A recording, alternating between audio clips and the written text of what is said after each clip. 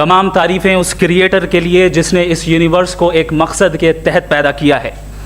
Respected جناب جاوید اختر صاحب, mister Saurabh Dwivedi اور respected audience, thank you all for being here today. آج کی ڈیبیٹ میں چونکہ ہم بات کرنے والے ہیں ڈز گاڈ ایگزسٹ کے ٹاپک پر, تو یہ ایک ایسا ٹاپک ہے جس کے متعلق کوئی بھی ڈیسیجن لینے کے لیے الگ الگ اسٹینڈرڈز ہو سکتے ہیں. لہٰذا ڈیبیٹ کے شروع میں یہ ضروری ہے کہ ہم یہ جان لیں کہ آج کے اس ٹاپک میں کون سا اسٹینڈرڈ صحیح ہوگا اور کون سا غلط ہوگا. سب سے پہلا اسٹینڈرڈ جسے میں سمجھتا ہوں کہ ہمارے رسپیکٹڈ جناب جاوید اختر صاحب بڑی تیزی کے ساتھ اس کی طرف لپکیں گے, وہ ہے سائنس. جبکہ سائنس در حقیقت خدا کے ایگزسٹنس کو ڈائریکٹلی ثابت کرنے یا اس کے ایگزسٹنس کو ڈینائی کرنے کے لیے اسٹینڈرڈ نہیں بن سکتی. اور اس کی وجہ کیا ہے یہ میں نہیں کہہ رہا, یہ وہ لوگ کہہ رہے ہیں جو سائنس کے ایکسپرٹس ہیں. نیشنل اکیڈمی آف سائنس کہتی ہے science doesn't have the processes to prove اور disprove the existence of God. Why? کیونکہ سائنس کا تعلق ایمپیریکل ایویڈنس سے ہے اور ایمپیریکل ایویڈنسز کا تعلق ہمارے نیچرل اور فزیکل ورلڈ سے ہے, جبکہ گاڈ نان فزیکل اور سپر نیچرل ریالٹی ہے. لہٰذا نان فزیکل ریالٹی کو آپ اس ٹول کے ساتھ نہیں چیک کر سکتے جس کا کام فزیکل ریالٹی کو تلاش کرنا ہے.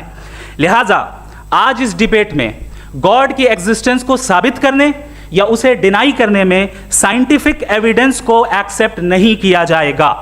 دوسرا اسٹینڈرڈ ہو سکتا ہے ریویلیشن, کہ ریویلیشن کے ذریعے ہم یہ ثابت کریں کہ گاڈ ایگزسٹ کرتا ہے یا نہیں. لیکن یہ اسٹینڈرڈ بھی آج ارریلیونٹ ہے. کیوں؟ کیونکہ ریویلیشن میرے نزدیک سورس آف نالج ہے, ویلڈ سورس آف نالج ہے, لیکن ہمارے جاوید اختر صاحب کے نزدیک یہ ویلڈ سورس آف نالج نہیں ہے. لہٰذا آج کی ڈیبیٹ میں ایک بھی ایویڈنس کسی بھی مذہبی اسکرپچر سے نہیں دوں گا تاکہ جاوید اختر صاحب کے لیے وہ ان ایکسیپٹیبل نہ ہو. تیسرا جو معیار ہو سکتا ہے وہ ہے آبزرویشن, کہ بھائی کوئی کہے کہ ہمیں خدا دکھاؤ, اگر ہے تو دکھاؤ, یا یہ کہ خدا کے ایگزسٹنس پر ایمپیریکل ایویڈنس دو, تو یہ ہے در حقیقت غلط ٹول کا استعمال کرنا.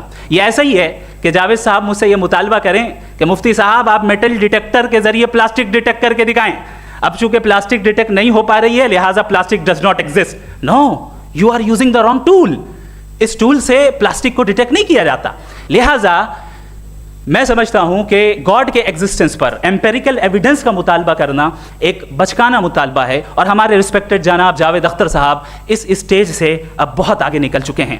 اب بچتا ہے ایک ہی اسٹینڈرڈ, اور وہ اسٹینڈرڈ ہے عقل, لاجک, ریزننگ. اور یہی وہ اسٹینڈرڈ ہے جس کے تحت گاڈ کی ایگزسٹنس کو ثابت کیا جائے گا یا گاڈ کی ایگزسٹنس کو ڈینائی کیا جائے گا. لیکن چونکہ یہ بہت امپورٹنٹ اور سینسٹیو ٹاپک ہے, اس لیے لاجیکل آرگیومنٹ بھی ایسا ہونا چاہیے جو ڈیفینیٹو ہو, انڈیفینیٹو نہ ہو, جو 2 اور 2 4 کی طرح بالکل واضح ہو, جسے لاجیکلی ریجیکٹ کرنا پاسبل نہیں ہو.